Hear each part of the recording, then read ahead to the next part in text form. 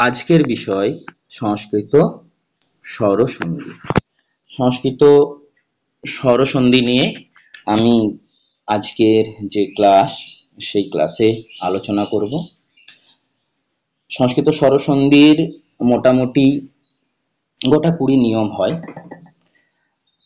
সন্ধি করার সময় সকলেরই যে খুবই সোজা, কিন্তু বিষয়টা হলো যে নিয়মগুলো মনে থাকে না, প্রয়োগ ক্ষেত্রে গিয়ে আমাদের মনে থাকে না। তো আমি এখানে ট্রিক্সের দ্বারা এই নিয়মগুলো কি করে মনে রাখতে হয় সেই রকমভাবেই বুঝিয়ে দেওয়ার একটা চেষ্টা করেছি। এই একটা ভিডিওই পুরো সংস্কৃত স্বরসন্ধি সম্ভব নয়, প্রায় 20টার মতো নিয়ম হবে। তো আমি প্রথম ভিডিও একটু সংক্ষিপ্ত আকারেই করেছি, এরপরে এটার পরের ভিডিও আমি আরও করে দেব। শুরু করা যাক সংস্কৃত স্বরসন্ধি। কিন্তু সংস্কৃত স্বরসন্ধি করার আগে আমাকে সন্ধি কাকে বলে সেটা জানতে হবে। তো সন্ধি কাকে বলে না, আমরা জানি বর্ণের সঙ্গে বর্ণের মিলনকে সন্ধি বলে। বর্ণের সঙ্গে বর্ণের মিলনকে। বর্ণ স্বরবর্ণ, ব্যঞ্জন বর্ণ, মোটামুটি বেসিকভাবে এই 2 ধরনের বর্ণ হয়। স্বরবর্ণ অ, আ, হ্রস্ব ই, দীর্ঘ ই, এইগুলো স্বরবর্ণ। এই বর্ণগুলি উচ্চারণ হওয়ার জন্য অন্য কোনো বর্ণের সাহায্য নেয় না, এটা আমরা জানি। কিন্তু ব্যঞ্জন বর্ণ উচ্চারিত হওয়ার সময় অন্য বর্ণের সাহায্য নেয়। অন্য বর্ণ বলতে স্বরবর্ণের সাহায্য নেয়। আমি যদি বলি ক, তাহলে ক, ক এর সঙ্গে অ আছে, অর্থাৎ ক বর্ণকে আমি যদি একটু ভেঙে বলি তাহলে কয়ে হসন্ত প্লাস অ, তবেই হয় ক। খ, গ, ঘ সব ক্ষেত্রেই কিন্তু এই রকম। তাহলে এইগুলিকে বর্ণ বলা হয়। এখন যদি সন্ধির ক্ষেত্রে কোনো জায়গায় দেখা গেল যে ম আছে, তার সঙ্গে সন্ধি হবে যেমন হিম যুক্ত আলয় বা দেব যুক্ত আলয়। দেব দয়কার ব প্লাস আলয় আ, তাহলে দেবের শেষে ব আছে আর আলয়ের আ আছে। এর অর্থ এই নয় যে বয়ের সঙ্গে আয়ের সন্ধি হবে। বয়ের অর্থ হলো ব অ, মানে বয়ের শেষে অ আছে, তাহলে অ এর সঙ্গে আয়ের সন্ধি হবে।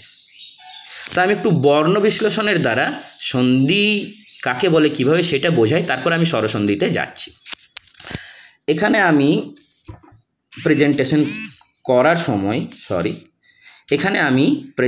করার সময় হিম প্লাস আলয় এই উদাহরণটাকেই চুজ করেছি, কারণ খুব ছোট থেকে আমরা এই উদাহরণটার সাথে পরিচিত। তাহলে হিম প্লাস আলয় কি হয়, খুব সোজা ভাষায় আমরা বলে দিতে পারবো যে হিমালয় হয়। এখন একটু বর্ণ বিশ্লেষণ করে দেখি। হিমের হয় হস্যিকে যদি ভাঙি তাহলে হয় হসন্তর সাথে হস্যই, ম মানে ময় হসন্ত আ, তার সঙ্গে সন্ধি করতে হবে আলয়ের। তাহলে হিম কথাটিকে ভাঙলাম, এবার আলয় কথাটিকেও ভেঙেছি। আ, লকে, আ যেহেতু স্বরবর্ণ তাহলে অন্য কোনো বর্ণ নেই। ল মানে ল অ, অন্তস্থ মানে অন্তস্থ অ। এবার এটাকে যদি জুড়ে দিই তাহলে হিমালয় হয়। কিন্তু সন্ধিটা হলো কোথায়, কোন জায়গায় সন্ধিটা হলো না, সন্ধিটা আমি ঠিক নিচের পাটে দেখিয়েছি। হ হস্যই ম অ, আর এদিকে আলয়কে ভাঙা হয়েছে আ ল অন্তস্থ। তাহলে আমাকে জুড়তে হবে এই যে অ আর আ, এই 2টি বর্ণের সন্ধি হবে। অ এর সঙ্গে আয়ের সন্ধি হবে। এবার অ এর সঙ্গে আয়ের যদি সন্ধি হয় মানে অ প্লাস আ, সেক্ষেত্রে নিয়ম হলো অ এর সঙ্গে আ জুড়লে আমাদেরকে সেই জায়গায় আ বসাতে হবে বা আয়ের ব্যবহার করতে হবে। তাহলে আমি পুনরায় হয় হস্যি করে দিয়েছি, ময় হসন্ত রেখে দিয়েছি, অ প্লাস আ মিলে আ হয়েছে, ল অ ল হয়েছে, অন্তস্থ হয়েছে। এবার যেহেতু ম হসন্ত বর্ণ, তাই তার সঙ্গে স্বরবর্ণ আ যুক্ত হয়ে যাবে। তাহলে সন্ধি করে হলো হয় হস্যি ময় হসন্ত আ মানে মা লয়, হিমা লয়। এবার স্বরসন্ধি শুরু করছি আমরা। স্বরসন্ধি, নামটার মধ্যে স্বর আছে, তাহলে খুব সহজেই বলতে পারবো যে স্বরবর্ণের সঙ্গে স্বরবর্ণের মিলনকে স্বরসন্ধি বলে। সন্ধি বর্ণের সঙ্গে বর্ণের মিলন, স্বরসন্ধি মানে স্বরবর্ণের সঙ্গে স্বরবর্ণের মিলনকে স্বরসন্ধি বলা হয়। তাহলে যে দুটি বর্ণকে যুক্ত করে আমরা সন্ধিযুক্ত পদ তৈরি করব, সেই দুটি বর্ণ অবশ্যই স্বরবর্ণ হবে। আমরা এর আগে যে সন্ধিটা করে দেখালাম হিম প্লাস আলয় হিমালয়, এটা হলো একটা স্বরসন্ধি। এবার অনেকের মনে হতে পারে, বলতে পারে যে স্যার ম তো ব্যঞ্জন বর্ণ। হ্যাঁ, ম ব্যঞ্জন বর্ণ অবশ্যই, কিন্তু ময়ের সাথে একটি স্বরবর্ণ আছে ম অ। তাহলে এই অয়ের সঙ্গে সন্ধি হচ্ছে, কখনোই ময়ে হসন্তর সঙ্গে বা ময়ের সঙ্গে নয়, অয়ের সঙ্গে আয়ের সন্ধি হচ্ছে। তাই পূর্বে যে সন্ধিটা আলোচনা করলাম বা বললাম সেটা হলো একটি স্বরসন্ধির উদাহরণ। এই স্বরসন্ধির গোটা 20 নিয়ম আছে। সেই নিয়মগুলিকে আমি খুব সহজে একটু বোঝানোর চেষ্টা করেছি, দেখা যাক বোঝাতে পারি কিনা, তোমরাও বুঝতে পারো কিনা। তাহলে সব থেকে প্রথমে আমাকে স্বরবর্ণ জানতে হবে। স্বরবর্ণ কি কি না, অ আ হস্যই দীর্ঘই, হস্যৌ দীর্ঘৌ, রি, লি। আমরা জানি লি, কিন্তু এক্ষেত্রে সংস্কৃতর ক্ষেত্রে লিয়ের ব্যবহার প্রায় নেই বললেই চলে। মানে সংস্কৃত শব্দভাণ্ডারে লি দ্বারা শব্দ সংখ্যা খুবই কম, তাই দীর্ঘ রিয়ের প্রয়োগ করা হয় সংস্কৃতে, এ ওই ও ও। এই 12টি আমাদের স্বরবর্ণ। এই স্বরবর্ণগুলিকে আমরা কি করব, আমরা 6টা ভাগে ভাগ করে নেব। তার আগে দেখে নিই, অয়ের সঙ্গে যদি আয়ের সন্ধি হয়, মানে শেষ বর্ণে হলো অ আর প্রথম বর্ণ আ, যেমন হিমালয়, হিমে অ আছে, আলয়ে আ, তাহলে সেক্ষেত্রে ওই দুটি বর্ণ যুক্ত হয়ে কি হয়, আ বসবে। একই রকমভাবে হস্যই দীর্ঘইর ক্ষেত্রে দীর্ঘই, হস্যৌ দীর্ঘৌর ক্ষেত্রে দীর্ঘৌ, রি দীর্ঘ রি এর ক্ষেত্রে দীর্ঘ রি, এ ওইর ক্ষেত্রে ওই, ও ঔ ক্ষেত্রে ও। এখানে একটি লক্ষণীয় বিষয় বা ভালো করে একটু নজর দিলে বোঝা যায় যে আমরা যখনই সন্ধি করছি, প্রথমে আমরা সন্ধি করে নিচ্ছি, প্রথমে আমি বলেছি দুটো করে ভাগ করে নিয়েছি আমি। এই যে দুটো করে ভাগ করে নিয়েছি, অ আ হস্যই দীর্ঘই, হস্যৌ দীর্ঘৌ, রি দীর্ঘ রি, এ ওই ও ও। আমরা একটু সহজভাবে মনে রাখার জন্য ধরে নিতে পারি প্রত্যেকটা ভাগ হলো এক একটা ফ্যামিলি, আর প্রত্যেকটা ফ্যামিলিতে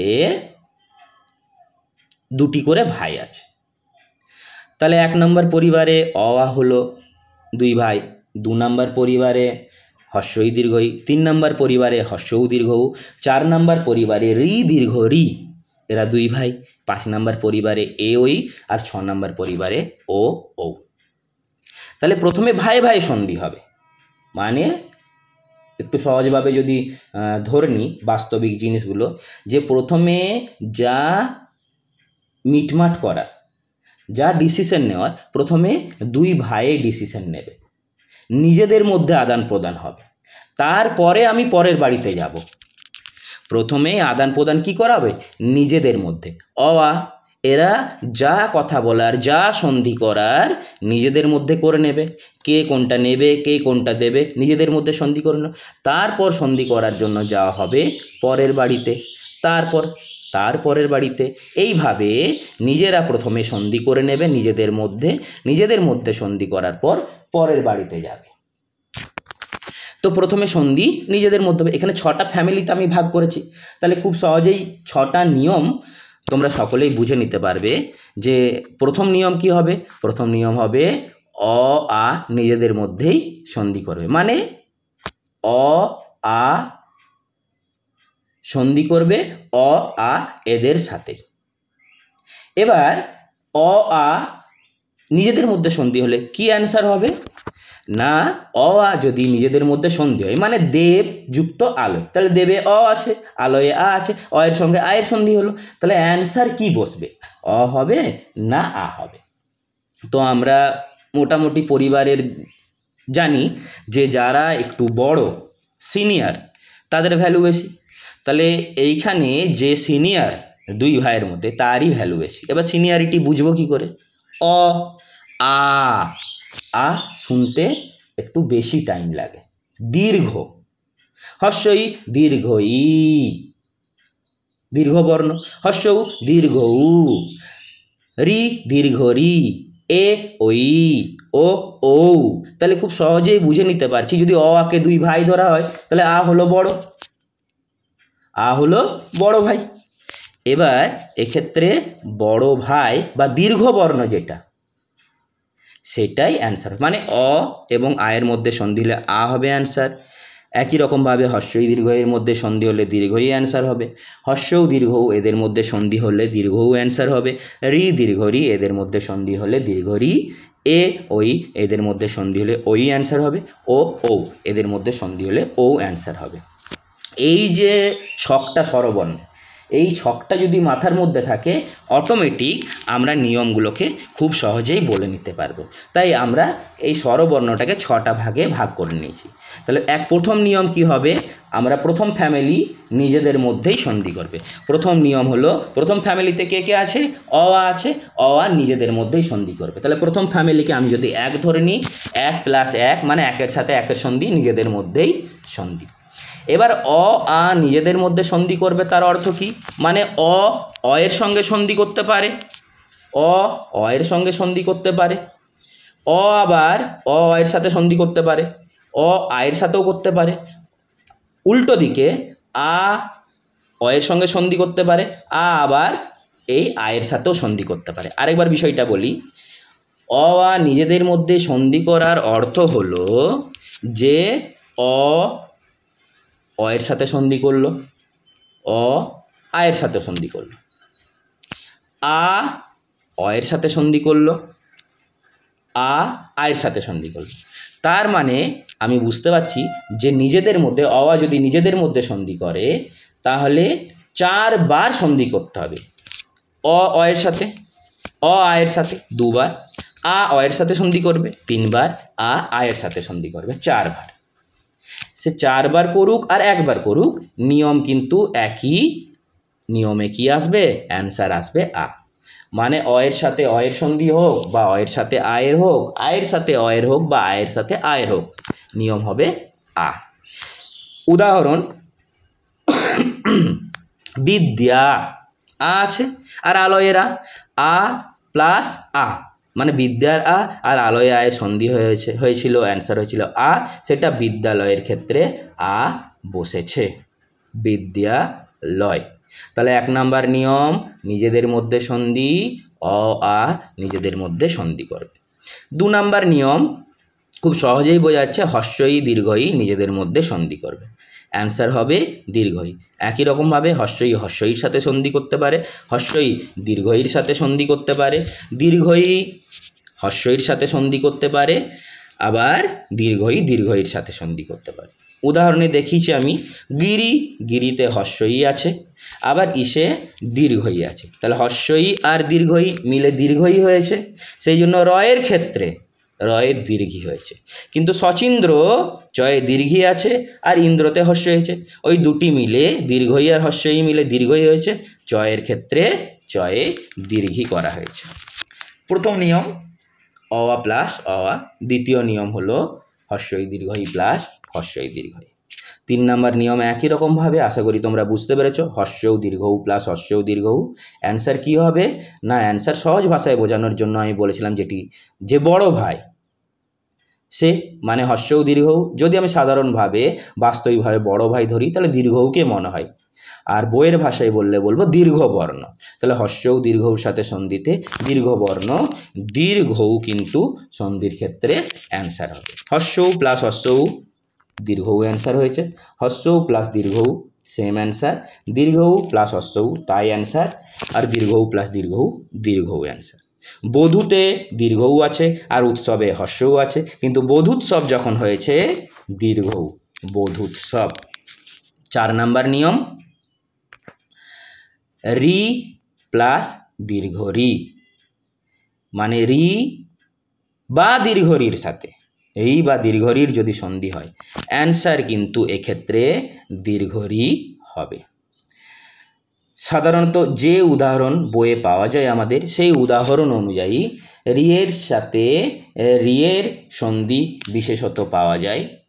রিয়ের সাথে দীর্ঘ রিয়েরও দু একটা সন্ধি পাওয়া যায়, কিন্তু আমি যে উদাহরণ এখানে দিয়েছি সেখানে রিয়ের সঙ্গে রিয়ের সন্ধি দিয়েছি। পিতৃ রি ছিল আর ঋণমের রি, তাহলে রি প্লাস রি দুটো মিলে পিতৃনম, এখানে দীর্ঘ রি হচ্ছে।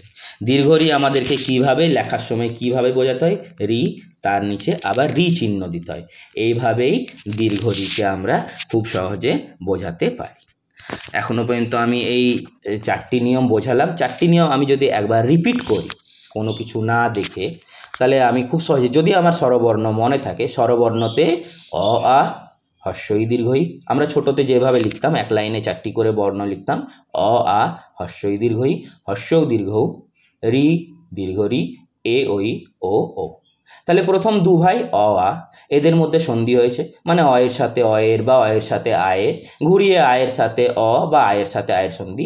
উত্তর কি হবে? উত্তর হবে দীর্ঘবর্ণ আ। একই রকমভাবে হস্যই দীর্ঘই সন্ধিতে উত্তর হয় দীর্ঘই, হস্যও দীর্ঘও সন্ধিতে উত্তর হয় দীর্ঘও, রি দীর্ঘ রি সন্ধিতে উত্তর হয় দীর্ঘ রি।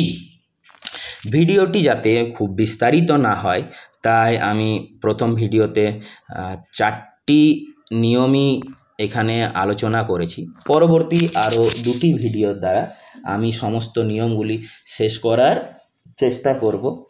ভিডিওটি আমার স্টুডেন্টদের কাজে লাগলে আমার খুব উপকার হবে।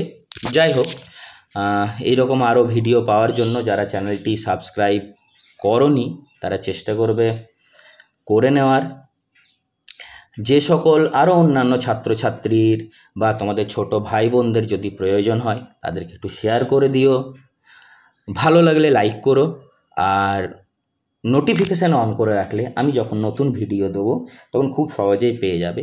পরবর্তী এই সন্ধির ভিডিও বা এই ধরনের, যেমন প্রত্যয়, এই ধরনের যে জিনিসগুলো আছে সেইগুলোর ভিডিও, যেগুলো খুব সহজে মনে রাখা যায়, কারণ সংস্কৃত খুব সহজ ভাষা, সায়েন্টিফিক ল্যাঙ্গুয়েজ, তাই একটু যদি আমি টেকনিক্যালি পড়ি তাহলে সংস্কৃতকে খুব সহজেই মনে রাখা যায়।